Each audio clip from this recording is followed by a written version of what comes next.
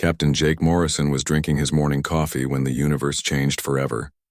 He sat in the command center of Luna Base 7, watching the usual flow of data from deep space sensors. The coffee was terrible, as always, but it helped him stay alert during the long night shift. The first sign of trouble came from Lieutenant Sam Rodriguez at the communication station. She looked up from her screen with confusion written across her face. "Captain, I'm getting something strange on the long-range array. It's not natural background noise."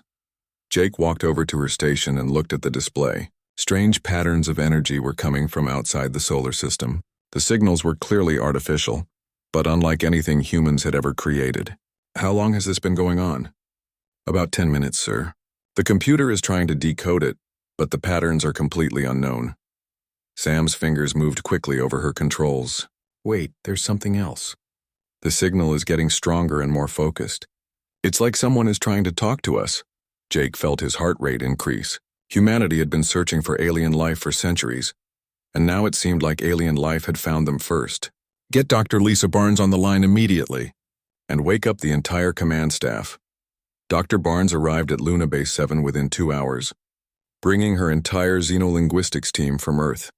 She was a small woman with sharp eyes and an incredible mind for languages. If anyone could figure out what the aliens were trying to say, it would be her. "The signal is definitely a communication attempt," she told Jake after studying the data. "The mathematical patterns suggest a highly advanced civilization. They're using prime numbers and basic physics concepts to establish a communication framework." For 3 days, Dr. Barnes and her team worked around the clock to decode the alien message. Jake watched them work, feeling a mixture of excitement and fear. Humanity was about to learn they were not alone in the universe, but they had no idea what that would mean. On the 4th day, Dr. Barnes came to Jake's office with a grim expression on her face. "We've decoded the message, Captain. You're not going to like it." She handed him a tablet with the translated text. Jake read it twice before the full meaning sank in. The message was from something called the Zorathian Empire, and it was not friendly. "Primitive species of Sol 3, you have been detected developing faster-than-light capability. Cease all deep space exploration immediately. Your solar system is now under Galactic Empire quarantine. Any attempt to leave your star system will result in immediate annihilation. You have been warned." Jake stared at the message for a long moment. "They're threatening us?" "It gets worse," Dr. Barnes said. "We've detected more communications from the same source. They're talking to other ships in their fleet. From what we can understand, they consider us just another weak species to be controlled." Within hours, the news reached Earth's government. President Ryan Carter called an emergency session of the United Earth Council. World leaders gathered in Geneva while military commanders joined by video link from around the globe. General Pete Sullivan, head of Earth's combined military forces, spoke first. "We need to be careful here. We don't know how advanced these aliens are or how many ships they have. Starting a fight could mean the end of human civilization." Dr. Karen White, Earth's chief science advisor, disagreed. "We can't just hide in our solar system forever. If we show weakness now, they'll control us forever. We need to try diplomatic contact and learn more about this galactic empire." Commander Alex Stone of the newly formed Deep Space Fleet had been quiet during most of the meeting. He was a career military officer who had studied every aspect of space combat that humans could imagine. Finally, he stood up and activated a holographic display. "I've been analyzing the intelligence our deep space probes have gathered over the past few years," he said. "We've detected hundreds of star systems with signs of civilization, but very little military activity. Most of these civilizations seem to be staying close to their home planets." He changed the display to show communication intercepts. "We've also been picking up stray communications from various alien species. The pattern is always the same. The Zorathian Empire sends a threat, and the species immediately stops all space exploration." President Carter leaned forward. "What are you suggesting, Commander?" "I'm suggesting that this galactic empire rules through fear and intimidation. They probably don't have the military power to control hundreds of star systems through force alone. They rely on other species being too scared to fight back." The debate continued for days. Some nations wanted to comply with the alien demands and focus on developing Earth's defenses. Others argued for a more aggressive response. The deciding factor came when Lieutenant Rodriguez intercepted additional Zorathian communications. The aliens were discussing humans among themselves, and their opinion was clear. They saw humans as another weak prey species that would submit like all the others. One alien commander even suggested that humans might make good slaves for mining operations. When President Carter shared this intelligence with the world leaders, the mood in the room changed dramatically. These aliens weren't just demanding submission. They were already planning humanity's future as a conquered species. "They think we're weak," said General Sullivan. "They think we'll just give up without a fight." Commander Stone smiled grimly. "Then they don't know humans very well." The vote was close, but the decision was made. Earth would not comply with the alien demands. Instead, they would do something that apparently no other species had ever done. They would respond to the threat with an even bigger threat. "If they want to scare us away from space," President Carter announced to the world, "they're going to learn that humans don't scare easily. We're going to build the largest space fleet in human history and take it directly to their territory."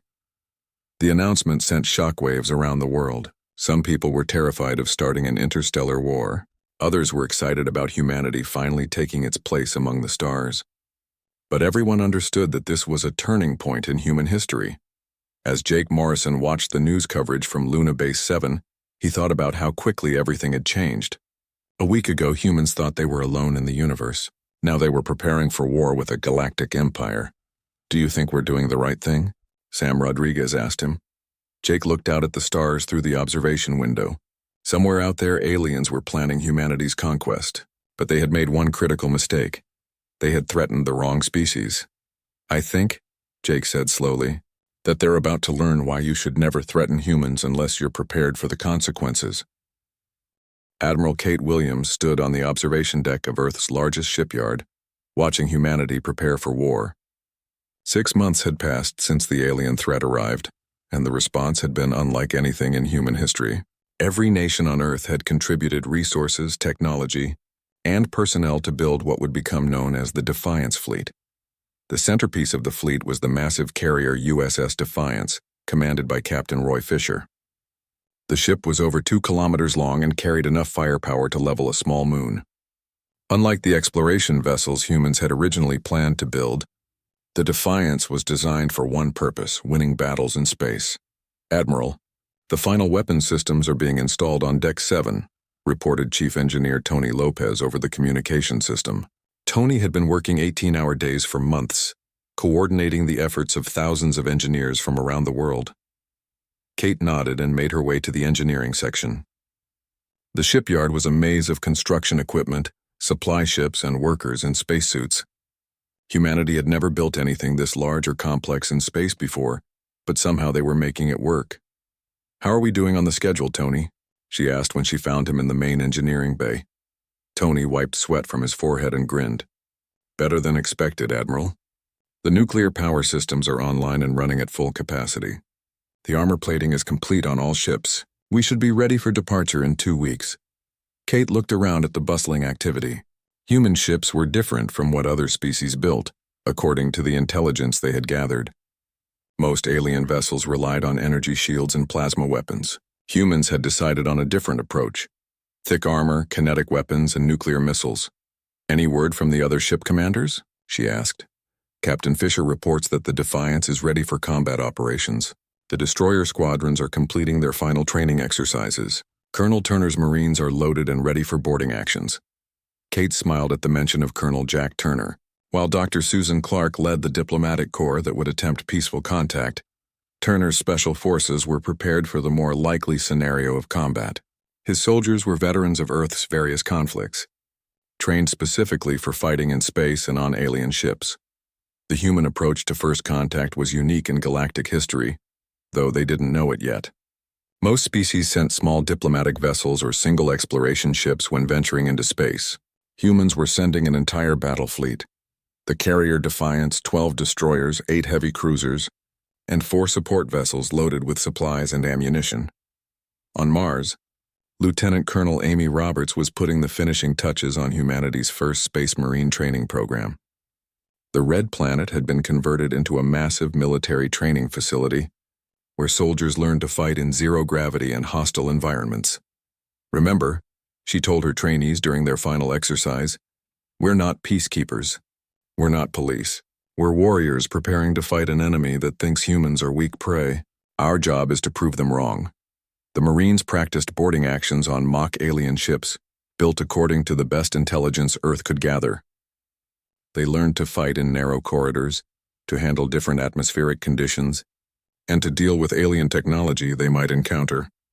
Meanwhile, Intelligence Officer Major Bill Carter was analyzing every piece of information Earth could gather about the Zorathian Empire. His findings were encouraging.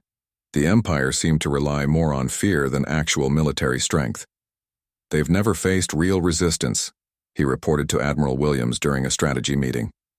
Every species we've detected has either submitted immediately or been quickly conquered by a small force. I don't think they're prepared for a major military confrontation. Dr. Clark, despite being part of the diplomatic mission, had spent months studying human military history to understand why their species might be different. Humans have never responded well to threats, she observed. Throughout our history, we've fought back against larger, more powerful enemies. It's part of our nature. Engineer Nancy Adams worked on what she considered the most important part of the mission: the message beacons. Each ship in the fleet carried a special transmitter that would activate if the ship was destroyed. The beacon would broadcast humanity's location, capabilities, and story to every corner of the galaxy. If we lose, Nancy explained to Admiral Williams, at least other species will know that someone tried to fight back. Maybe it will inspire them to resist the Empire too. The final weeks of preparation were intense. Captain Fisher ran his crew through combat simulations, preparing for battles unlike anything humans had ever fought. The destroyer commanders coordinated their attack patterns, while the cruiser captains practiced the massive missile barrages that would be humanity's main offensive weapon. Dr. Clark's diplomatic team prepared for every possible scenario, from peaceful negotiation to prisoner interrogation. They studied what little was known about Zorathian psychology and culture, hoping to find weaknesses they could exploit. Colonel Turner's special forces practiced with weapons designed specifically for fighting aliens.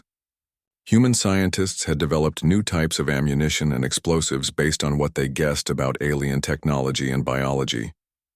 As the departure date approached, the entire population of Earth watched the preparations with a mixture of pride and fear. News broadcasts showed the massive fleet taking shape in Earth's orbital shipyards. Children drew pictures of human spaceships fighting alien invaders. Adults debated whether humanity was being brave or foolish. On the final day before departure, Admiral Williams addressed the crews of all the ships in the fleet. She spoke from the bridge of the Defiance, her words broadcast to every vessel and back to Earth. 6 months ago, aliens told us to stay in our solar system or be destroyed. They thought we would be afraid. They thought we would hide. They were wrong. She paused, looking directly into the camera. We are human beings. We don't run from bullies. We don't surrender to threats. When someone tells us we can't do something, we do it anyway. The cheers from the ship crews could be heard even through the communication system.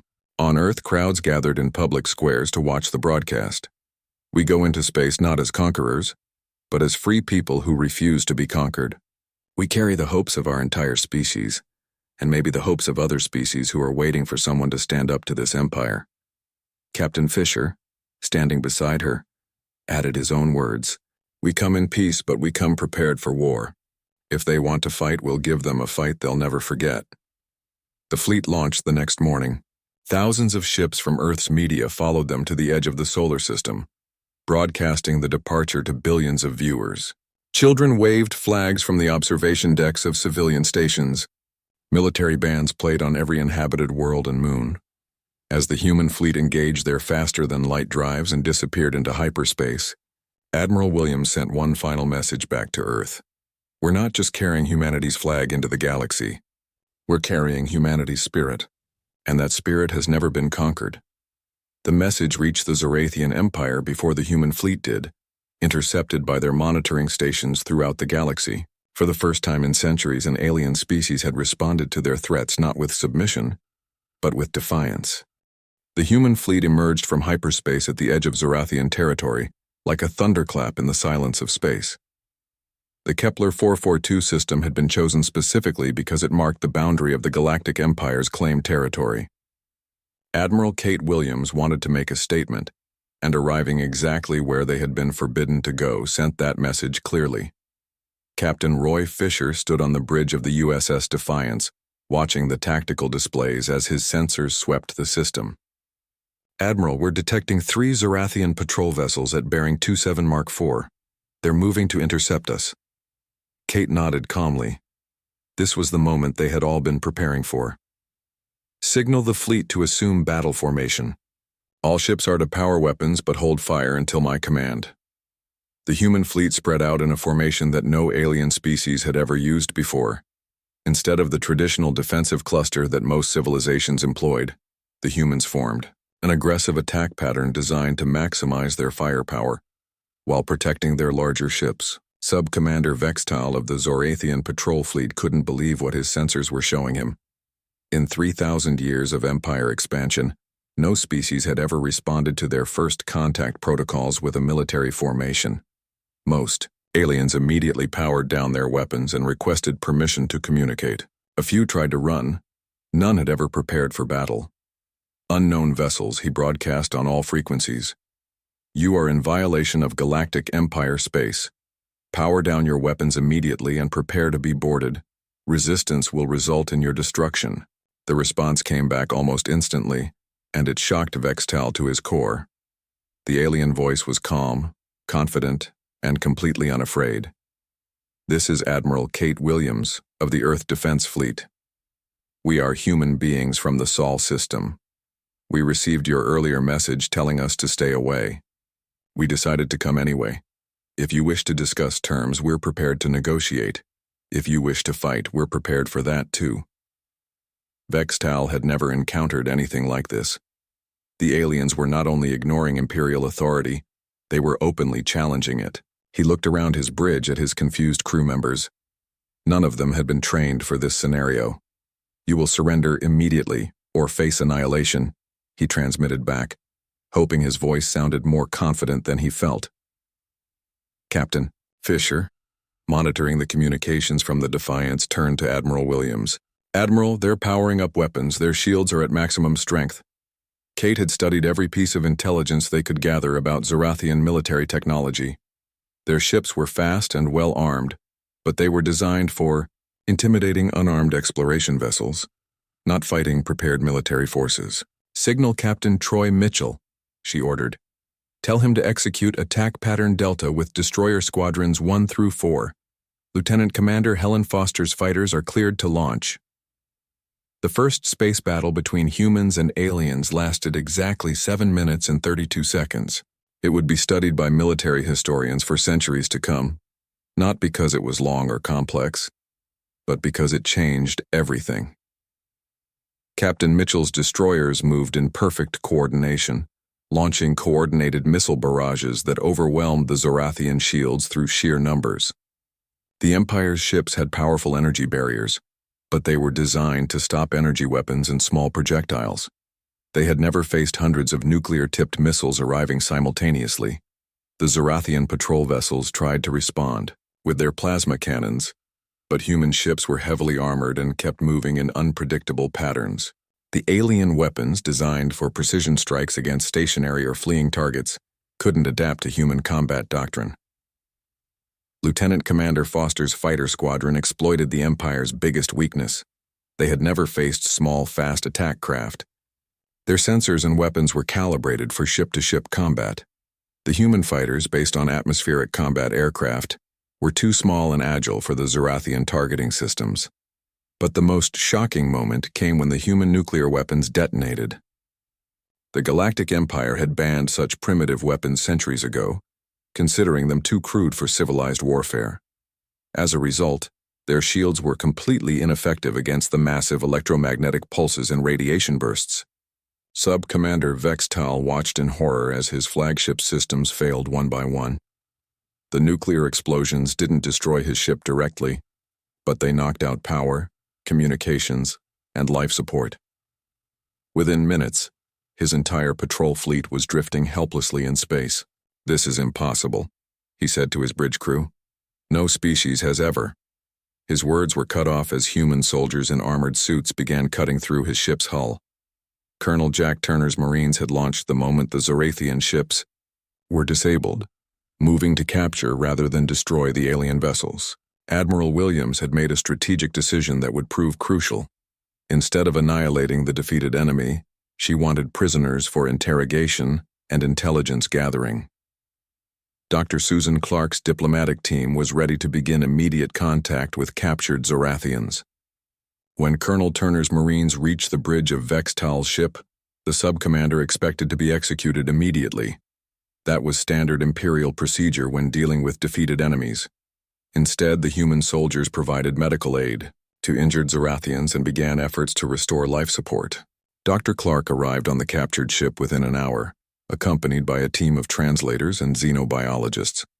She approached Sub-Commander Vextal with what humans would consider basic diplomatic courtesy, but which seemed revolutionary to the Zorathian officer. "We are not here to harm you," she said through the translation device her team had prepared. "We want to understand each other and find a peaceful solution to this conflict." Vextal stared at her in confusion. "You defeated us in battle. By Imperial law, you now own us as slaves or property. Why do you speak of peace?" Dr. Clark exchanged glances with Colonel Turner. The aliens' response told them volumes about the Empire's nature and why their expansion had been so successful. "Humans don't believe in slavery," she explained patiently. "We defeated your ships, but we're not your enemies unless you choose to be ours. We want to learn about your empire and find a way for our species to coexist." Over the following days, as Dr. Clark's team worked with the captured Zorathians, a picture emerged of the Galactic Empire that was both terrifying and encouraging. The Empire controlled hundreds of star systems through fear and overwhelming force, but their military was spread thin across vast distances.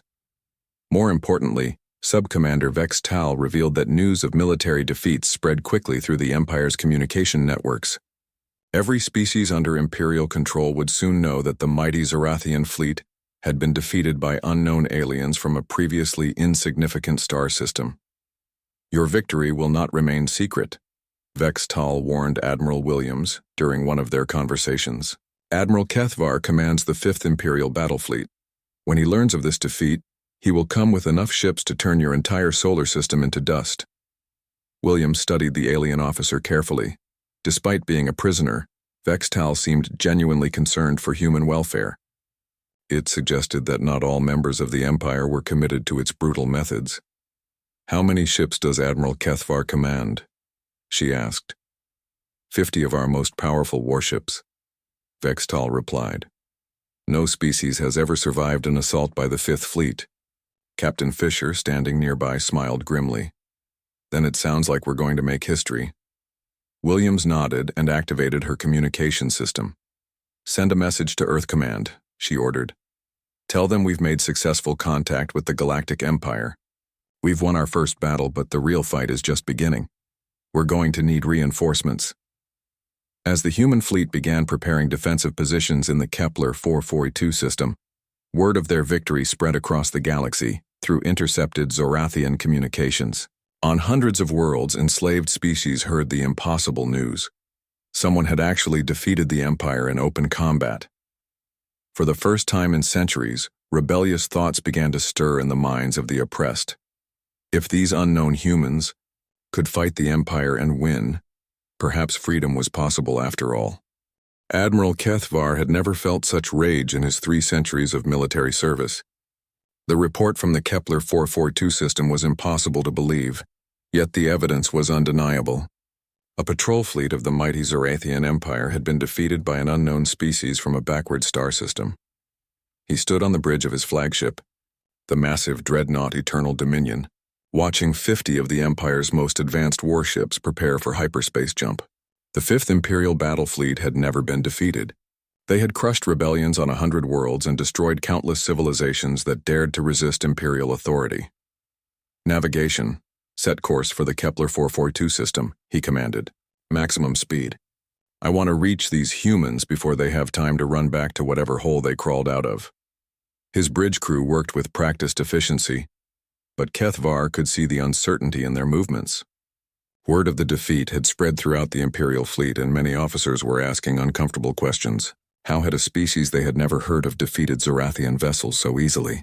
3 weeks after the first battle, the 5th Imperial battle fleet emerged from hyperspace at the edge of the Kepler 442 system. What Kethvar saw waiting for him defied all military logic and Imperial experience. The humans had not run. Instead, they had turned the system into a fortress. Admiral Kate Williams stood in the command center of Kepler Station, the massive orbital platform her forces had constructed around Kepler 442b. Commander Lisa Sharp's engineering teams had worked around the clock to build defensive positions throughout the system, turning asteroids into weapons platforms and creating hidden missile bases on every significant celestial body. "Admiral, we're detecting the Imperial fleet," reported Captain Fisher from his position aboard the Defiance. 50 capital ships, just like our prisoner predicted. "They're forming a standard Imperial attack formation." Kate nodded calmly. She had used the 3 weeks well. Not only had her forces built extensive defenses, but they had received unexpected help from across the galaxy. Major Carlos Vega's intelligence unit had been amazed by the communications they intercepted from other species. News of humanity's victory had spread faster than Imperial forces could contain it. Dozens of oppressed civilizations had reached out to the human fleet, offering intelligence, supplies, and even military support. The Altarian resistance, led by a fighter named Zara Nell, had provided detailed information about Imperial fleet tactics. The Centaurian Liberation Front had sent advanced sensors that could detect cloaked Imperial ships. Most importantly, 3 alien species had sent actual warships to support the human defense. It was the first time in Imperial history that multiple species had allied against them. Admiral Kethvar broadcast his demands on all frequencies. "Unknown species calling themselves humans. You are guilty of attacking Imperial forces and violating galactic law. Surrender immediately and submit to Imperial judgment, or face complete annihilation." The response came from Admiral Williams herself, broadcast not just to the Imperial fleet, but to monitoring stations throughout the galaxy. "This is Admiral Kate Williams of the Human Defense Fleet. We are here by right of free passage through space that belongs to no empire. You attacked us first when you threatened our homeworld. We defended ourselves then and will defend ourselves now." Kethvar was stunned by the response. In 3,000 years of Imperial expansion, no species had ever claimed the right to free passage through Imperial space. The very concept was revolutionary. "You have one final chance," he transmitted back. "Submit to Imperial authority, or watch your pathetic fleet burn." Williams's response was broadcast across the galaxy. "We reject your authority. We are free beings and we will remain free. If you want to fight, Admiral, you'll get one." The Battle of Kepler Station began at 1347 hours, Galactic Standard Time. Admiral Kethvar had planned a traditional Imperial assault. Overwhelming firepower concentrated on the enemy's largest ships, designed to break their morale and force immediate surrender. But the humans had learned from their first encounter with Imperial tactics. Captain Bobby Davis led destroyer squadrons in hit-and-run attacks that prevented the Imperial fleet from maintaining formation. His ships would appear from behind asteroids, launch massive missile barrages, then disappear before the Imperial vessels could respond effectively. Commander Janet Stone coordinated the defense from the hidden bases Major Vega had constructed throughout the asteroid field. Hundreds of nuclear-tipped missiles launched simultaneously from positions the Imperial sensors couldn't detect, creating a deadly crossfire that Imperial shields couldn't handle. The turning point came when Chief Warrant Officer Paul Young executed the most audacious plan in military history. His demolitions team had spent weeks placing nuclear mines throughout the system's asteroid field, connected by a network of quantum triggers that could be activated simultaneously. When Admiral Kethvar ordered his fleet to advance through what appeared to be empty space, Paul triggered the mines. The explosion was visible from 3 star systems away. 50 nuclear devices detonated in a carefully planned sequence, creating an expanding field of radiation and electromagnetic pulses that crippled every Imperial ship caught in the blast. The Imperial fleet's energy-based weapons and communication systems failed simultaneously. Their shields, designed to stop plasma bolts and laser beams, were useless against the massive radiation bombardment. Within minutes, the most powerful fleet in galactic history was reduced to drifting hulks. Admiral Williams seized the moment. "All ships execute Operation Thunderstrike. Captain Fisher, you're cleared for boarding action on the Imperial flagship, the USS Defiance, protected by heavy armor and nuclear-hardened systems, moved through the radiation field toward Kethvar's disabled dreadnought. Captain Fisher led the assault personally, with Lieutenant Colonel Amy Roberts' Space Marines providing support. The boarding of the Eternal Dominion became legendary throughout the galaxy. Human Marines trained for combat in hostile environments fought through the massive ship's corridors, while Imperial defenders struggled with failing life support and damaged weapons. The final confrontation took place on the Imperial flagship's bridge. Admiral Kethvar, wounded but defiant, faced Captain Fisher in single combat while their forces battled around them. The fight represented more than personal conflict. It symbolized the struggle between Imperial tyranny and human freedom. Fisher's victory was decisive but respectful. Instead of executing the defeated Imperial commander, he offered medical aid and prisoner treatment according to human military law. The gesture was broadcast throughout the galaxy, showing enslaved species that humans fought with honor even against their enemies. Admiral Kethvar's surrender marked the end of Imperial invincibility. As he was led away from his bridge, he turned to Admiral Williams. "You have won this battle, human, but you have also doomed yourselves. The Empire will never stop hunting you now." Williams looked out at the disabled Imperial fleet, where human and allied ships were rescuing survivors and providing medical aid. "Maybe the Empire won't stop hunting us," she said quietly. "But after today, every species in the galaxy knows the Empire can be defeated. That changes everything." The aftermath of the battle proved Williams correct. Within days, rebellions erupted on dozens of Imperial worlds. Species that had been enslaved for centuries suddenly found the courage to fight back. Inspired by humanity's example, the human fleet remained in the Kepler 442 system, now renamed Liberty Station, as a beacon of hope for oppressed peoples throughout the galaxy. What had begun as humanity's refusal to be intimidated had become the spark that would ignite the largest galactic revolution in recorded history. Dr. Susan Clark, working with captured Imperial officers and allied species representatives, began drafting the principles that would guide the growing rebellion. The document, based on human concepts of individual rights and representative government, would become known as the Galactic Freedom Charter. As Admiral Williams watched human ships patrol the system alongside vessels from a dozen allied species, she realized that humanity had achieved something unprecedented. They had united former enemies in a common cause of liberation. The galaxy would never be the same.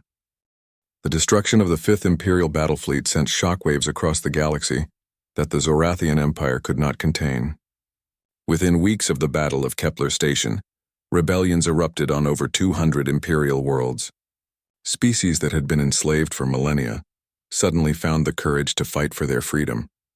Inspired by humanity's example, Admiral Kate Williams found herself commanding not just human forces, but a growing alliance of liberated worlds that called themselves the Galactic Freedom Alliance. Her headquarters on Liberty Station received daily reports of successful uprisings, desperate pleas for help, and offers of support from species she had never heard of. Captain Rick Foster commanded the 2nd Human Battle Group, which had arrived from Earth with reinforcements and supplies. His ships were spread across a dozen star systems, supporting local rebellions and preventing Imperial reinforcements from crushing the growing revolution.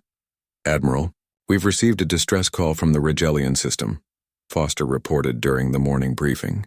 "Imperial forces are attempting to retake their homeworld. The local resistance is requesting immediate assistance." Williams studied the tactical display showing the locations of human ships throughout the galaxy. Her forces were stretched thin, but the Regellian system was strategically important. If it fell back under Imperial control, it could serve as a base for counterattacks against other liberated worlds. "Take Destroyer Squadrons 7 and 8, she ordered. "Coordinate with the Regellian resistance and drive the Imperial forces out of the system. But remember, Rick, we're not conquering these worlds. We're helping them liberate themselves." This distinction was crucial to the Alliance's success. Unlike the Zorathian Empire, which ruled through fear and domination, humans insisted that each species govern itself according to its own traditions and values. The only requirement was that they respect the freedom of other species and refuse to participate in slavery or oppression. Commander Beth Palmer led humanitarian missions to planets devastated by Imperial retaliation. When the Empire realized they were losing control, They had begun destroying rebellious worlds as examples to others. Palmer's ships carried medical supplies, food, and construction equipment to help these civilizations rebuild. "The destruction on Altair Prime is worse than we expected," Palmer reported to Williams. "The Imperials used orbital bombardment to level 3 major cities before our allies drove them off. We're going to need massive reconstruction efforts." Dr. Susan Clark, now serving as Earth's first galactic ambassador, worked tirelessly to coordinate the political aspects of the growing rebellion. Her office on Liberty Station had become a meeting place for representatives from dozens of species, all working together to plan their shared future. "The Zorathian Empire is trying to negotiate," she told Williams during a private meeting. "Emperor Zethkor has sent several diplomatic messages offering to recognize human sovereignty in exchange for ending support for the rebellions." Williams was not surprised.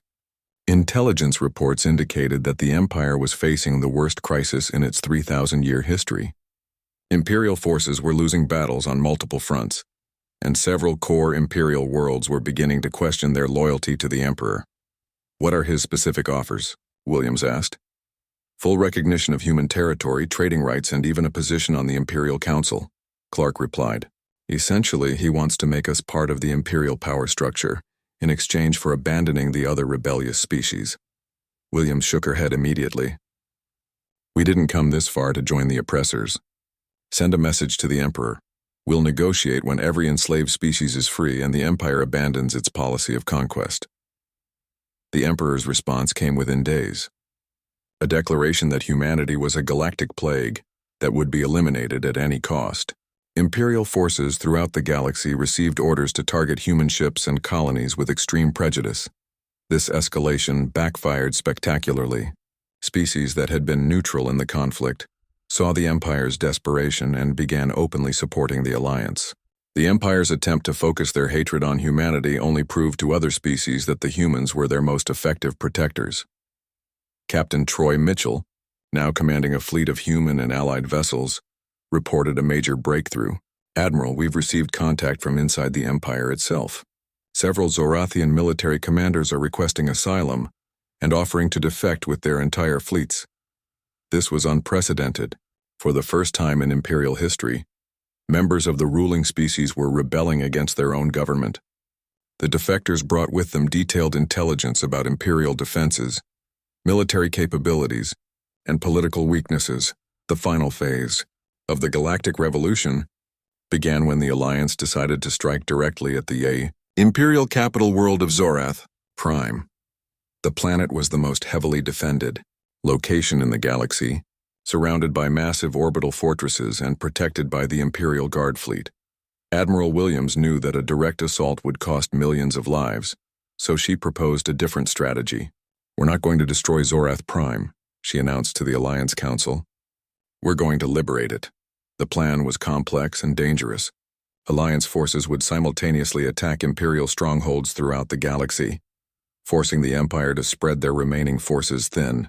Meanwhile, a coalition fleet led by Captain Fisher would approach Zorath Prime and demand the Emperor's surrender. The Siege of Zorath Prime lasted 3 months and became the longest continuous battle in galactic history. Instead of using overwhelming force, the Alliance implemented a strategy of gradual pressure. They cut off supply lines, intercepted communications, and demonstrated to the Imperial population that their government could no longer protect them. The breakthrough came when Captain Fisher's intelligence team, led by Major Bill Carter, discovered that many Imperial citizens were secretly supporting the rebellion. Underground resistance groups on Zorath Prime began sabotaging Imperial defenses and providing intelligence to the Alliance fleet. Emperor Zethkor's final stand took place in the Imperial Palace, where he had gathered the last loyal forces of his empire, but even his personal guards were beginning to question their loyalty as Alliance forces demonstrated their commitment to treating prisoners with dignity and respect. The end came not through military victory, but through political collapse, when Admiral Williams offered full amnesty to any Imperial forces that surrendered peacefully. Entire fleets began defecting. The Emperor found himself isolated, commanding a handful of ships against an alliance that now included most of his former subjects. Zethkor's surrender was broadcast throughout the galaxy. The ceremony took place aboard the USS Defiance, with representatives from dozens of species present as witnesses. The Emperor, aged and defeated, signed documents that dissolved the Galactic Empire and recognized the sovereignty of all formerly enslaved species. "I do not understand you humans," he said to Admiral Williams as he was led away. "You had the power to become the new rulers of the galaxy. Why do you choose to give that power away?" Williams considered her answer carefully. "Because ruling others by force isn't power, Emperor. It's weakness. True strength comes from inspiring others to choose freedom for themselves." The aftermath of the Emperor's surrender was chaotic but hopeful. Hundreds of species that had been suppressed for millennia began rebuilding their civilizations and establishing their own governments. The Alliance transformed from a military organization into a diplomatic forum where species could resolve disputes peacefully. Dr. Clark led the effort to establish the Galactic Democratic Republic based on principles of individual species sovereignty and mutual cooperation. Unlike the Empire's centralized dictatorship, the Republic would be a voluntary association of free peoples. Admiral Williams was offered the position of Supreme Commander of the Republic, essentially making her the new galactic ruler. She declined, proposing instead a rotating council where each member species would have an equal voice in galactic affairs. Captain Jake Morrison, the officer who had first detected the Imperial threat years earlier, now commanded deep space monitoring stations throughout the galaxy. His job was to watch for any signs of renewed Imperial activity or new threats to galactic freedom. "Admiral," he said during a visit to Liberty Station, "do you ever wonder if we did the right thing? The galaxy is free, but it's also chaotic. Some species are struggling with self-government." Williams looked out at the bustling station, where beings from hundreds of different worlds worked together in harmony. Human engineers collaborated with Altarian scientists. Rigelian doctors treated patients from dozens of species, and former Imperial officers served alongside their former enemies. "Freedom is always messy, Jake," she replied, "but it's still better than the alternative. These species may struggle sometimes, but they're struggling as free beings making their own choices. That's worth any amount of chaos." The new galactic order faced many challenges. Some species had difficulty adapting to democracy after centuries of authoritarian rule. Economic systems had to be rebuilt. Territorial disputes arose between neighboring civilizations.